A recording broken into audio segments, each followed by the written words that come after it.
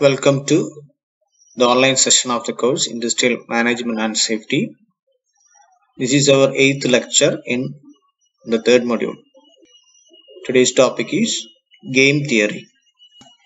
The topic we have already discussed: project management techniques introduction, critical path method, program evaluation and review technique, its comparison, concept of operational research, the formulation of linear programming problem and its solution using graphical method, and transportation problem.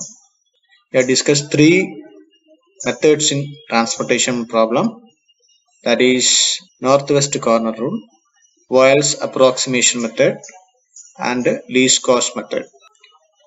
Today we will see a special type of LPP called game theory. 2% zero sum games, maximin minimax principle of finding optimal strategy, saddle point, and we'll do some example problems. Game theory. Game theory is used for decision making under conflicting situations where there are one or more opponents. Game theory decision making processൽ ഉപയോഗിക്കുന്ന ഒരു ടൂളാണ്. അതിൽ conflicting situations, ഒന്നോ അതിലധികമോ opponents ഉള്ള conflicting സിറ്റുവേഷൻസിൽ decision മേക്കിങ്ങിന് വേണ്ടി ഉപയോഗിക്കുന്ന ഒരു ടൂളാണ് ഗെയിം തിയറി. ഈ ഗെയിം തിയറിയിൽ ഓപ്പണൻസ്, എതിരാളികൾ, ഓപ്പണൻസിന്റെ മലയാള അർത്ഥം എതിരാളികൾ എന്നാണ്. ഓപ്പണൻസിനെ പ്ലെയേഴ്സ് എന്നാണ് അറിയപ്പെടുക. നമുക്കറിയാം, നമ്മൾ സാധാരണ ഗെയിമിലെ ഒരാളുടെ സക്സസ് എന്ന് പറയുന്നത് which will cost the failure of opponent. ഒരാൾ ജയിച്ചു എന്ന് പറയുന്നത് അവരുടെ ഓപ്പണന്റ്, എതിരാളി തോൽക്കുമ്പോഴാണ് ഒരാൾ ജയിച്ചു എന്ന് പറയുന്നത്. അതുകൊണ്ട് ഇതൊരു കോൺഫ്ലിക്റ്റിംഗ് സിറ്റുവേഷൻസ് ആണ്. ഗെയിം തിയറി എന്ന് പറയുന്നത് ഇതുപോലുള്ള കോൺഫ്ലിക്റ്റ് സിറ്റുവേഷൻസ് സ്റ്റഡി ചെയ്യാനും optimal strategy, formulating appropriate strategy ഉള്ള ഡിസിഷൻ മേക്കിംഗ് പ്രോസസ്സിനെ ഇംപ്രൂവ് ചെയ്യാനാണ് ഗെയിം തിയറി ഉപയോഗിക്കുന്നത്.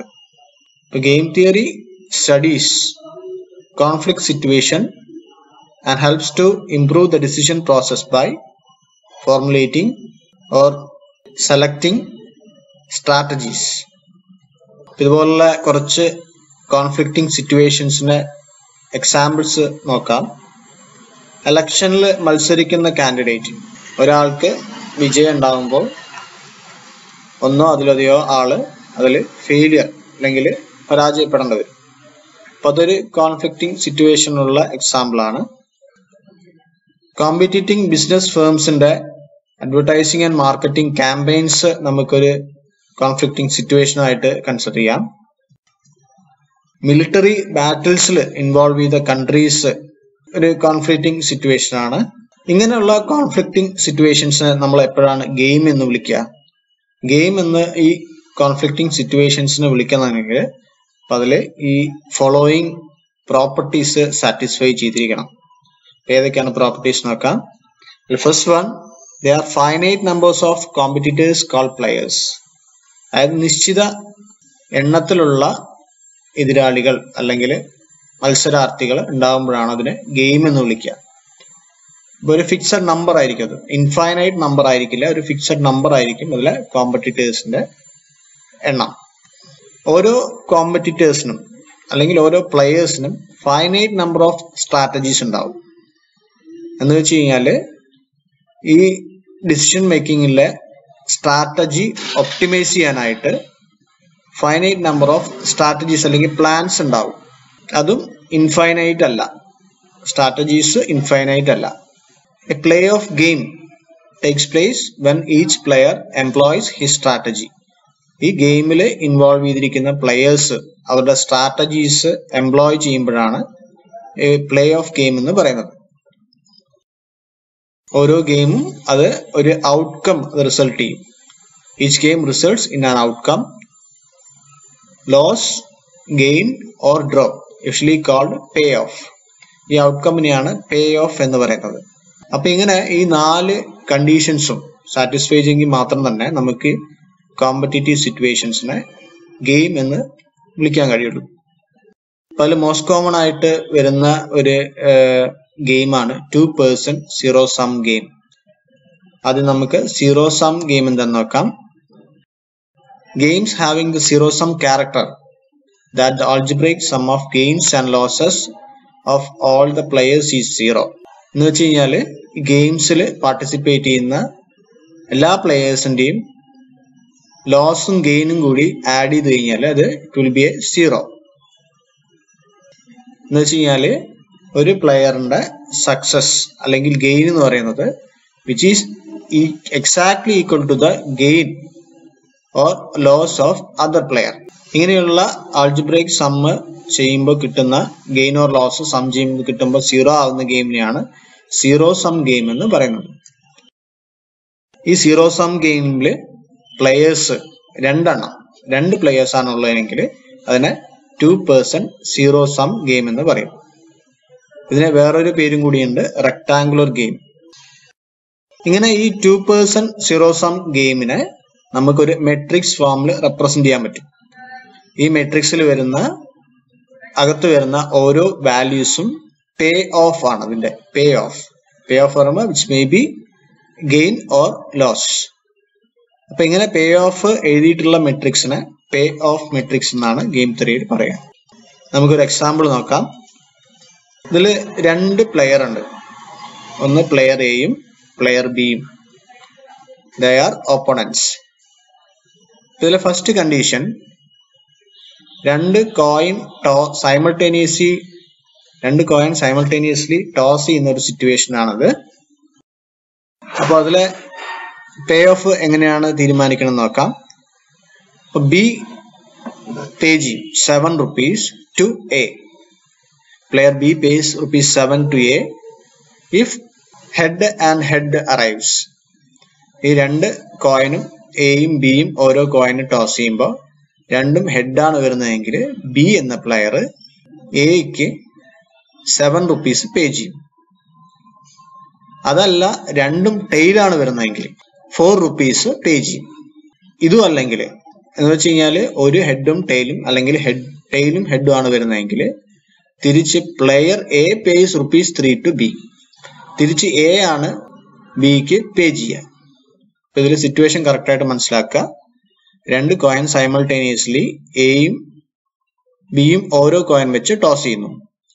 ആ സമയത്ത് രണ്ടും ഹെഡാണ് വരുന്നതെങ്കിൽ ബി എന്ന പ്ലെയർ എക്ക് 7 rupees പേ ചെയ്യും.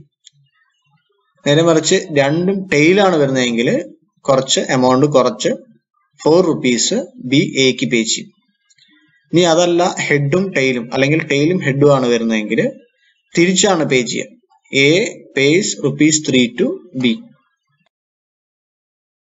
അപ്പോൾ ഈ സിറ്റുവേഷൻ നമുക്ക് ഒരു പേ ഓഫ് മെട്രിക്സിലൂടെ ഡിനോട്ട് ചെയ്യാം.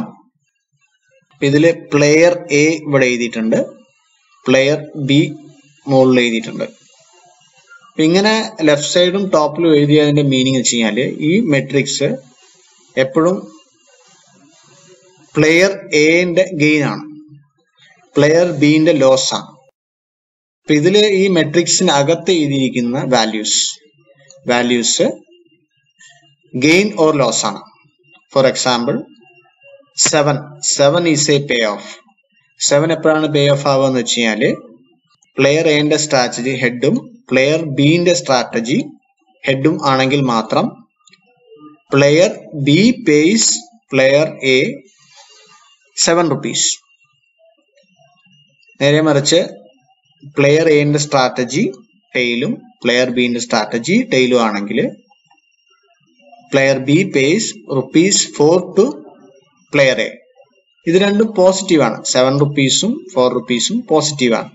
അപ്പൊ അതുകൊണ്ട് player B pays to player A.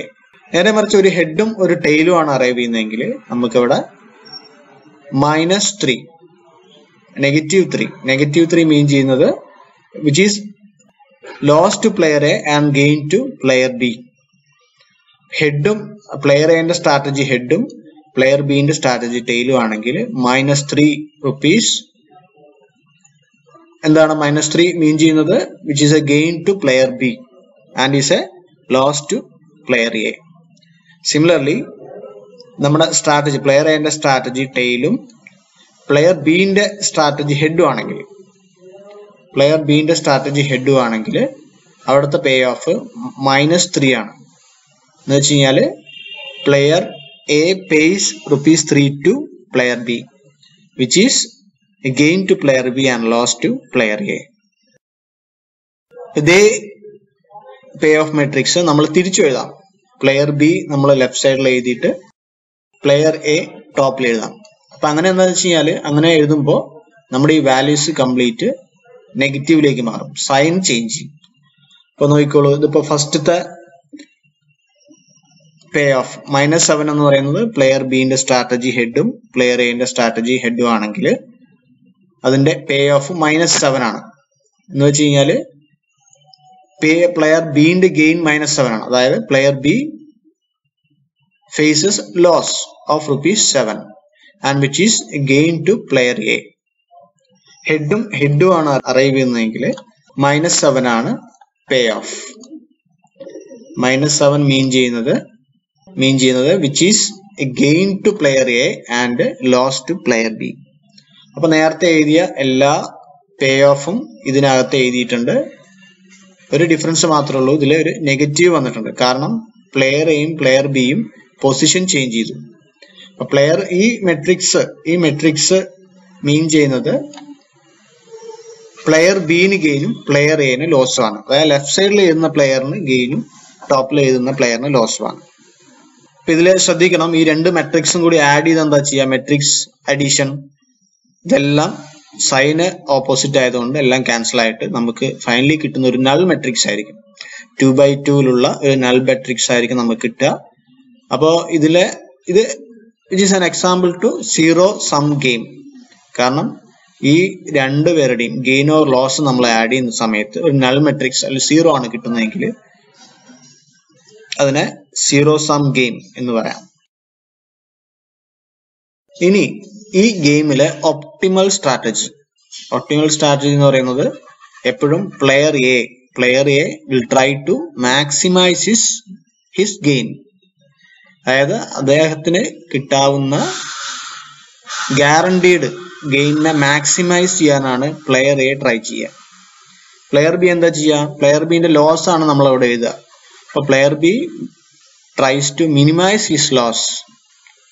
അയാളുടെ നഷ്ടം മിനിമൈസ് ചെയ്യാനാണ് പ്ലെയർ ബി ട്രൈ ചെയ്യുക. മാക്സിമിൻ മിനിമാക്സ് പ്രിൻസിപ്പിൾ ആണ് നമ്മൾ ഒപ്റ്റിമൽ സ്ട്രാറ്റജി. ഒപ്റ്റിമൽ എന്ന് പറഞ്ഞു കഴിഞ്ഞാൽ which is player A tries to maximise his gain and player B tries to minimise his loss. അപ്പൊ അങ്ങനെ കിട്ടുന്ന സ്ട്രാറ്റജിയാണ് ഒപ്റ്റിമൽ സ്ട്രാറ്റജി.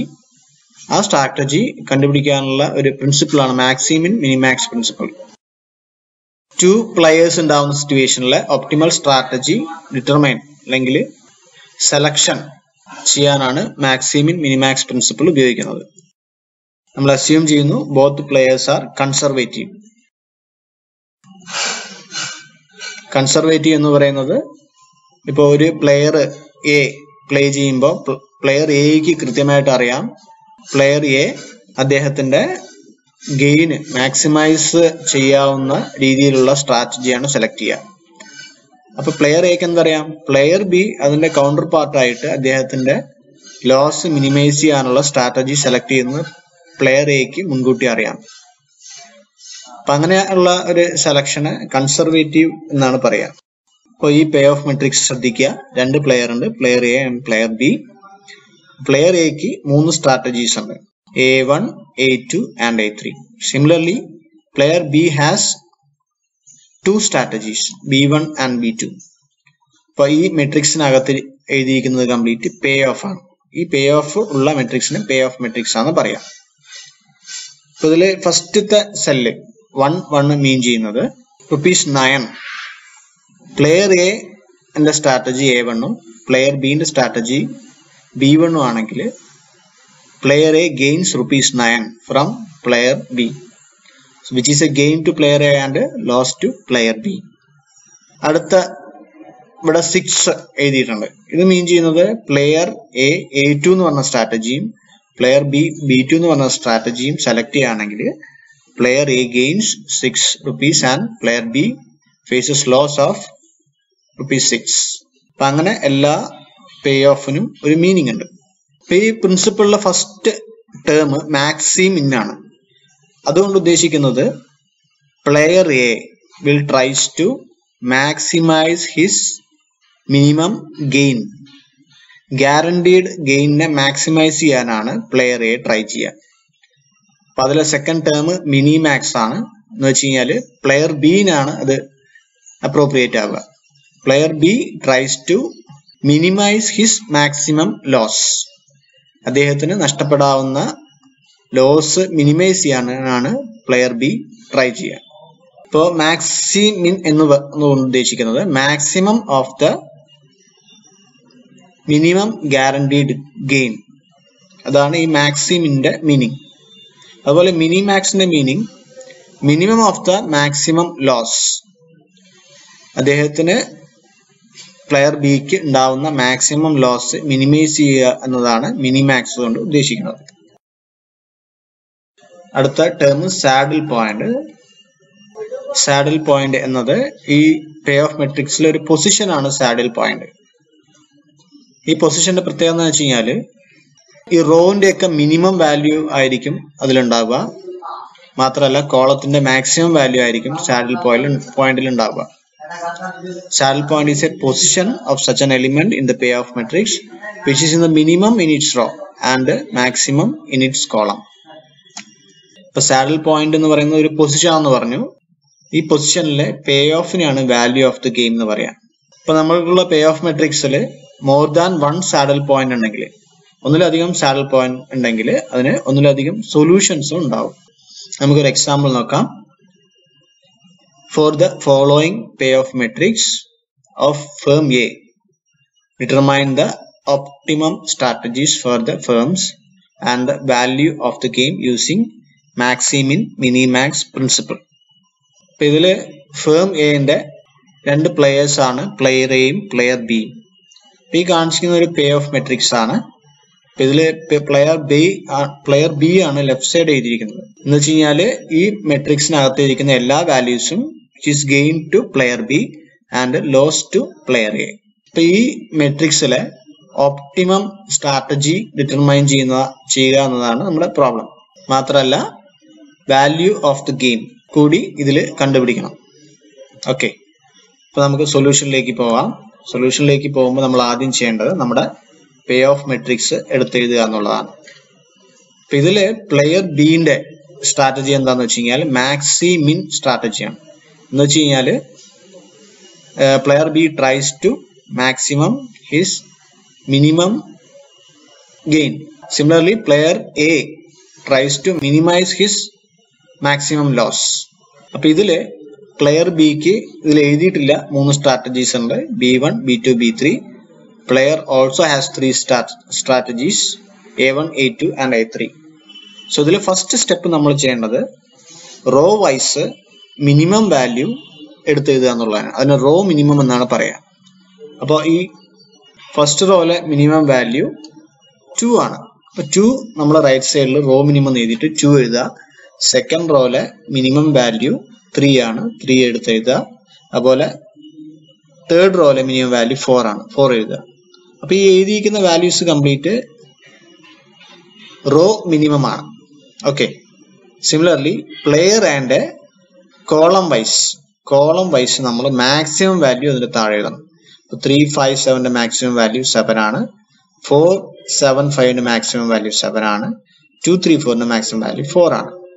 അപ്പൊ ഇങ്ങനെ എഴുതിയ മെട്രിക്സ് ആണ് ഞാൻ ഇവിടെ കാണിച്ചിരിക്കുന്നത്. ഇതിലെ റോ മിനിമം നമ്മൾ എല്ലാ റോന്റെയും മിനിമം വാല്യൂസ് എടുത്ത് എഴുതി. അതുപോലെ കോളം മാക്സിമം എല്ലാ കോളത്തിന്റെയും മാക്സിമം വാല്യൂ അതിന്റെ നേരെ താഴെ എഴുതി. ഓക്കെ, അപ്പൊ ഈ റോ മിനിമത്തിന്റെ മാക്സിമം വാല്യൂ ആണ് മാക്സിമിൻ എന്നറിയപ്പെടുന്നത്. അപ്പൊ ഇതിലെ റോ മിനിമത്തിന്റെ മാക്സിമം വാല്യൂ എത്രയാണ്? റോ മിനിമത്തിന്റെ വാല്യൂസ് 2, 3, 4 ആണ്. അപ്പൊ ഇതിലെ മാക്സിമം വാല്യൂ 4 ആണ്. ഓക്കെ, അതുപോലെ മിനി മാക്സ് എന്ന് പറയുന്നത് കോളം മാക്സിമത്തിന്റെ മിനിമം വാല്യൂ ആണ്. അപ്പോൾ ഇതിൽ 7 ഉണ്ട്, ഇവിടെ 7 ഉണ്ട്, ഇവിടെ 4 ഉണ്ട്. അപ്പോൾ ഇതിന് മിനിമം വാല്യൂ 4 ആണ്. അപ്പോൾ നമുക്ക് ഈ മെട്രിക്സിൽ നിന്ന് നമുക്ക് മാക്സിമിൻ എന്ന് പറയുന്നത് 4ഉം മിനിമാക്സ് എന്ന് പറയുന്നത് 4ഉം ആണ്. അപ്പോൾ നമ്മുടെ പ്രോബ്ലം കഴിഞ്ഞു. നമ്മുടെ ആൻസർ നമുക്ക് സ്റ്റെപ്പ് ബൈ സ്റ്റെപ്പ് ആയിട്ട് എടുത്തെഴുതാം. അപ്പോൾ ഇതിലെ maximin value which is equal to maximum of row minimum which is 4. ഈ റെഡ് എൻസർക്കിൾ ചെയ്തിരിക്കുന്ന വാല്യൂ ആണ് മാക്സിമിൻ വാല്യൂ. അടുത്തത് മിനിമാക്സ്. മിനിമാക്സ് എന്ന് പറയുന്നത് minimum of the column maximum. Column maximum നമുക്ക് കിട്ടി 774 ആണ്. അതിൽ മിനിമം വാല്യൂ എൻസർക്കിൾ ചെയ്തു, അത് 4 ആണ്. അപ്പൊ ഇതിൽ രണ്ടും ഒരേ വാല്യൂ ആയതുകൊണ്ട്, രണ്ടും ഒരു പൊസിഷൻ ആയതുകൊണ്ട് നമുക്ക് പറയാം the matrix has A saddle point. ഈ സാഡിൽ പോയിന്റ് എപ്പോഴാണ് വരിക? പ്ലെയർ B3 എന്ന സ്ട്രാറ്റജിയും പ്ലെയർ A3 എന്ന സ്ട്രാറ്റജിയും സെലക്ട് ചെയ്യുമ്പോഴാണ് നമുക്ക് സാഡിൽ പോയിന്റ് കിട്ടുക. അപ്പൊ സാഡിൽ പോയിന്റ് പൊസിഷൻ ആണ് B3 A3 എന്ന് പറയുന്നത്. അപ്പൊ ഇതിലെ പ്ലെയർ B ഗെയിം ഫസ്റ്റ് തന്നെ സെലക്ട് ചെയ്തിരിക്കുന്നത് B3 എന്ന സ്ട്രാറ്റജി ആയിരിക്കും. അപ്പൊ അതിന്റെ പ്ലെയർ ബിന്റെ ഓപ്റ്റിമൽ സ്ട്രാറ്റജി എന്ന് പറയുന്നത് B3 ആണ്. അപ്പൊ B3 സ്ട്രാറ്റജി സെലക്ട് ചെയ്യുമ്പോൾ പ്ലെയർ A സെലക്ട് ചെയ്യുന്ന സ്ട്രാറ്റജിയാണ് A3.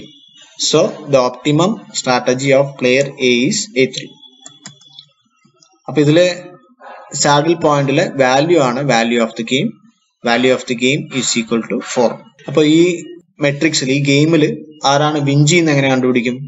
വിൻ ചെയ്യുന്നത് കണ്ടുപിടിക്കുന്നത് നിങ്ങൾക്ക് മെട്രിക്സ് നോക്കിയാൽ തന്നെ അറിയാം. ഇത് കംപ്ലീറ്റ് പോസിറ്റീവ് വാല്യൂസ് ആണ്.